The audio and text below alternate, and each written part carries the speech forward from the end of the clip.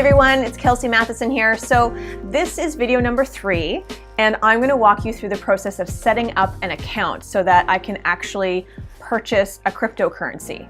And I originally recorded myself going through the whole process on my computer so that you could see what I was actually doing. But the issue was that, of course, it displayed all my personal info because we're dealing with banks and, addresses and date of births and, social security numbers. And I'm not a talented enough editor to figure out how to black all of that stuff out. And truthfully, nor do I have the time. So a little bit about me. I run multiple businesses. I'm a success coach for female entrepreneurs or women in business. I'm also a mom and a wife, so there's already a lot on my plate. So instead, I'm going to explain what I did and what I experienced, and I'll use some visuals to help me out as well. So if you want to skip the play-by-play, then feel free to fast forward this video to the end where I'll list all of the steps. But if you want me to walk you through it, then stick with me here, and trust me, it won't take very long. Okay, so I logged onto the website called Coinbase, which was recommended to me by the Divi project founders. And the website is coinbase.com, and it's basically where you can buy and sell digital currency. So basically, I started by entering my email address on the homepage, and I clicked Get Started. Easy peasy. Then you're taken to a page where you sign up, essentially. So they ask you for your first and last name, you choose a password, and you select the state that you live in. So I tried a number of different passwords, but they really want you to use a secure password. So I recommend coming up with something that's super, super secure and make sure you have a copy of it somewhere.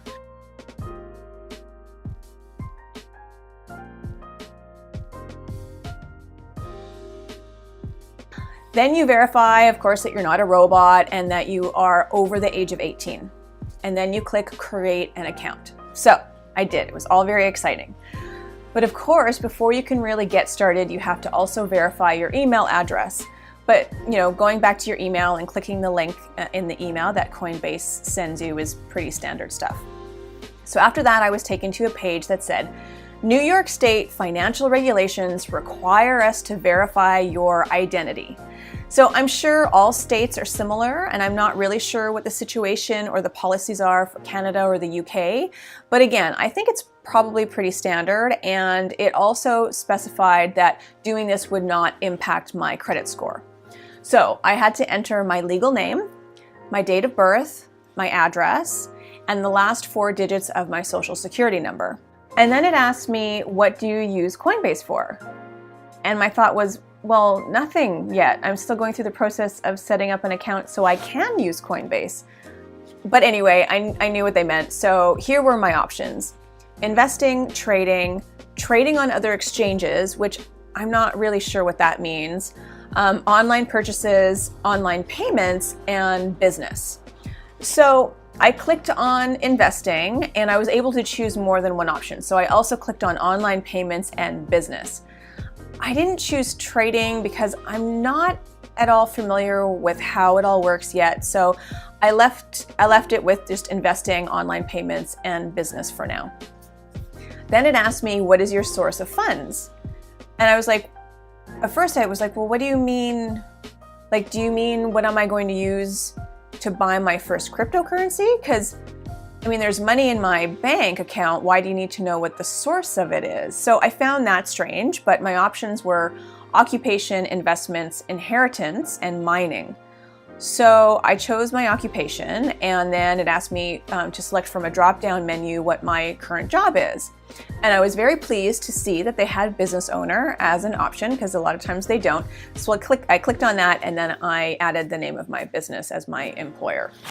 Then it had me answer some multiple choice questions. And I have to say, I kind of felt like I was back in school taking an exam. So the first question was, which cross street is closest to your address? And I literally had to pick the closest cross street, which I actually had to pull out Google Maps to figure it out because I didn't know any of the streets that were listed. And now in my defense, I just moved to my neighborhood. So then they asked what country have I lived, and they listed 5 countries that I truthfully had never heard of and had definitely never lived there. But they also had none of the above as an option. So I chose that.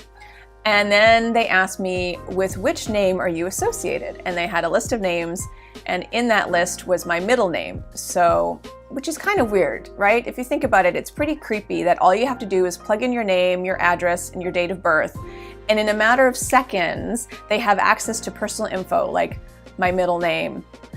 Anyway, then it asked again for information about my social security number, except this time it asked me for my first 2 digits. And then you press submit. And then a little green circle pops up saying, success, your identity has been verified. And I was like, yay. So after that, you're directed to a screen that says, welcome, let's get started. And you have a few more steps that you need to complete to purchase your first digital currency, like linking a phone number to your account. So when I make large transactions, apparently a short code will be texted to my phone to confirm that it's me. Then I had to choose a payment method, and it said that Coinbase supported a variety of payment methods, including bank transfers, credit or debit cards, and bank wires. But after I read that, I thought, isn't the point of this to get rid of dealing with banks? Well, I guess you have to start somewhere. So you can also link up PayPal, but from what I understand, that's only for selling your coins. It's only for the use of withdrawing.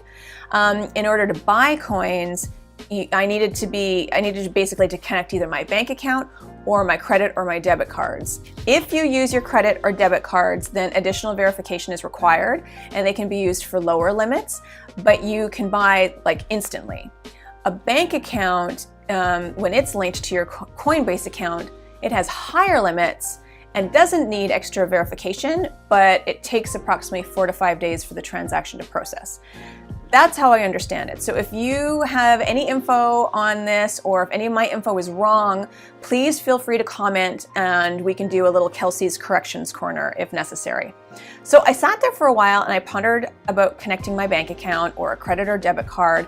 But then I found out with credit and debit cards, they also charge you a 4% convenience fee, and it seemed more complicated with the extra verification. So I linked my bank account. And there's a secure login form where you find your bank, you add your username and password, you choose the account that you want to use, and then you link it to your account. So after I linked my account, Bitcoin, Ethereum, and Litecoin popped up as options of coins that I could purchase. Now, the one thing I'm curious about is now I hear there's over 1,000 cryptocurrencies worldwide. So why do I only have access to 3 on Coinbase? Like I'm really curious about how they choose which coins they want to sell. And the second thing I was kind of shocked by was that I could purchase 1 Bitcoin for $4,354. Ethereum cost $297 and Litecoin was $51. I was like, but what do you mean? So then I realized, wait, these coins can be broken down. So I could just buy a percentage of a Bitcoin, for example. So you can enter the amount in US dollars that you want to spend, or you can select the amount of Bitcoin or Ethereum or Litecoin that you want to purchase, and it will calculate the amount for you. And there's a small fee involved. So just for fun, I plugged in $25 to buy Ethereum, and it calculated that I would be purchasing approximately 0.0790 blah, blah, blah worth of Ethereum for $25. And then it asked me to deposit it into my Ethereum wallet. So I paused and I thought, wait, do I have to set up a wallet first, or when will it be automatically created for me when I make the purchase? So I decided to stop there and do a little bit more research on having or creating a wallet and figure out how all of that works first. But at least I've now set up an account with Coinbase, and I'm pretty happy about that. And I think it was a successful next step in this whole journey. So again, I'm Kelsey Matheson. I'm an entrepreneur, a success coach for women, and I've partnered with Divi Project to learn more about cryptocurrencies and how this financial innovation works. So thank you for watching. Please leave comments or questions below, and I will make sure to address them, and we'll see you next time.